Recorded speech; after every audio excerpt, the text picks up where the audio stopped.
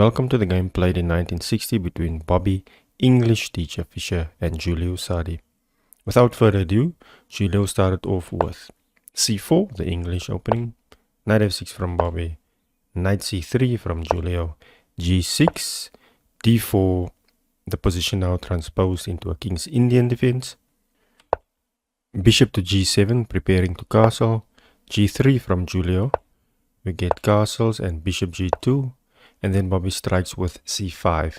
And the idea here is to weaken the diagonal and strengthen the bishop and also trade the center pawn for a side pawn. Giulio develops with knight to f3, Bobby takes on d4, and we get knight takes back on d4 and knight to c6. Giulio castles, knight g4 from Bobby. I don't really understand this because, I mean, you can just kick it away with something like h3, and it's kind of a sneaky move because if you play it, you get the following, and then it's just absolute trouble for white. The bar's in black's favor, being minus 1.3, and contributing to this is the isolated c and e pawns, which can be targeted. So going back in the game, we got e3, the best move, defending the knight, d6 from Bobby, and we get takes and takes and takes, hitting the rook. Engine actually wanted bishop to d2 in this position, rook to b8, and Giulio drops his bishop back to f3, knight e5 from Bobby, hitting the bishop as well as the pawn.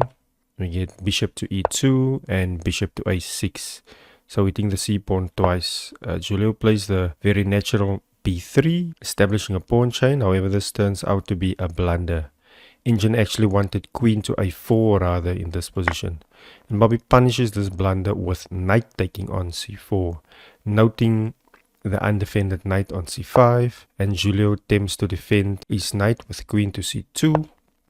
And now we get the best move from Bobby, adding an attacker to the c3 square. Giulio decides to give up his knight, threatening e7, and also noting the very active dark squared bishop, which Bobby has. So we get takes and takes, hitting the queen, and Bobby dropping his queen back to b7, applying pressure on the b1 square and ensuring the rook gets eliminated. Bishop to a3, accepting that the rook will be lost. We get takes, and a rook f to c8.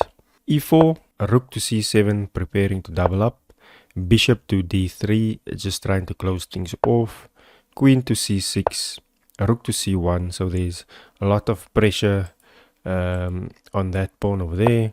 And Bobby now piling up on the c4 pawn with rook b to c8, so there are 4 attackers and only 3 defenders.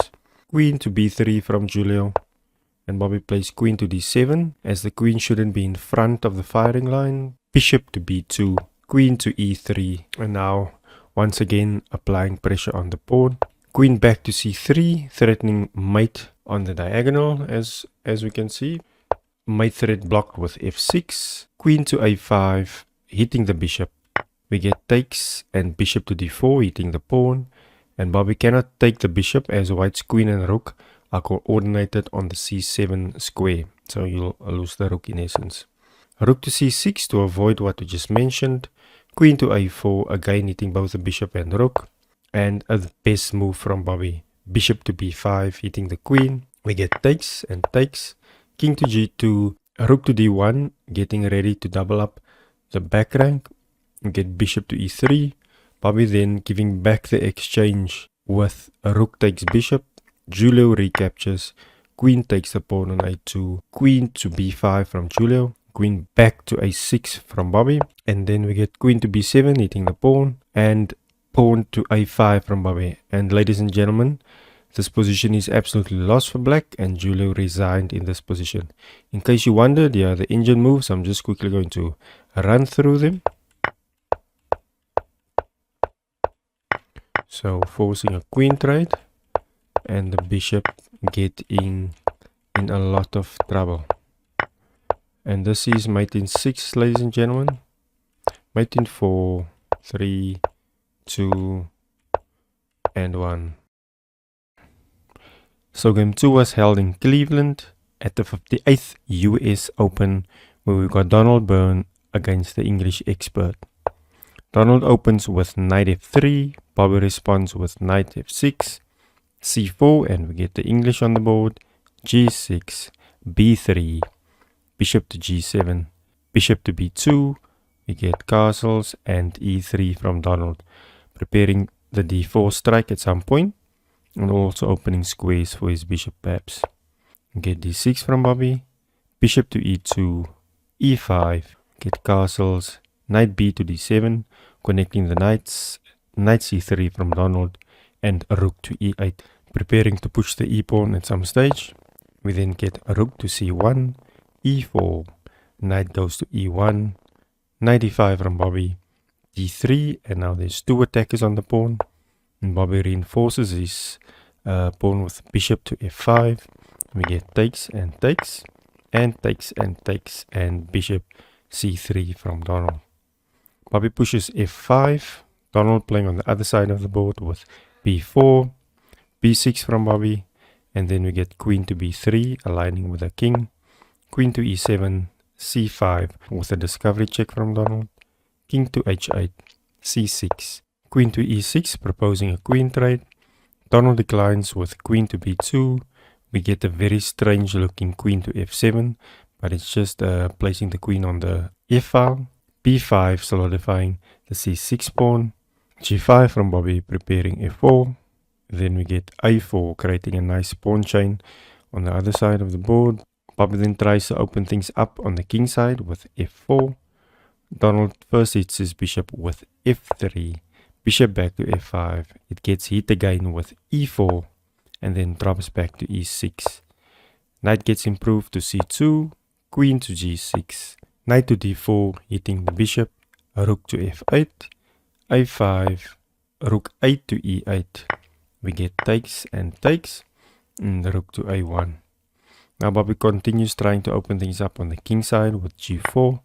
We get takes and queen takes on e4, rook a to e1, aligning with the queen, giving the rook some exercise, queen to d5, h3 from Donald, just joining the pawns on the king side, and then we get a rook to a8 to maybe head for the a2 square with support from the queen at some stage. Donald removes the bishop with knight takes on e6. Bobby recaptures with a queen and queen to b4 from Donald. So still fairly drawish in this position with a bar on plus 0.8 for white, but no real visible weaknesses for either side. We then get queen to d5 from Bobby. Donald also now moving his king to the edge of the board with king to h1. Bobby then goes for f3. And this square is nicely defended by the knight, queen, and rook. We get takes, and rook to d1, which is a blunder, ladies and gentlemen. This is actually a super blunder, as the bar went from roughly about 0 to minus 18. So just imagine losing about 19 pawns in one single move. But anyway, we get the best move to punish the blunder with knight to d4 check, rook to f3 blocking the check. We get takes and takes, hitting the queen, and in this position, Bobby didn't find the best move, which was the following. Mate in 4.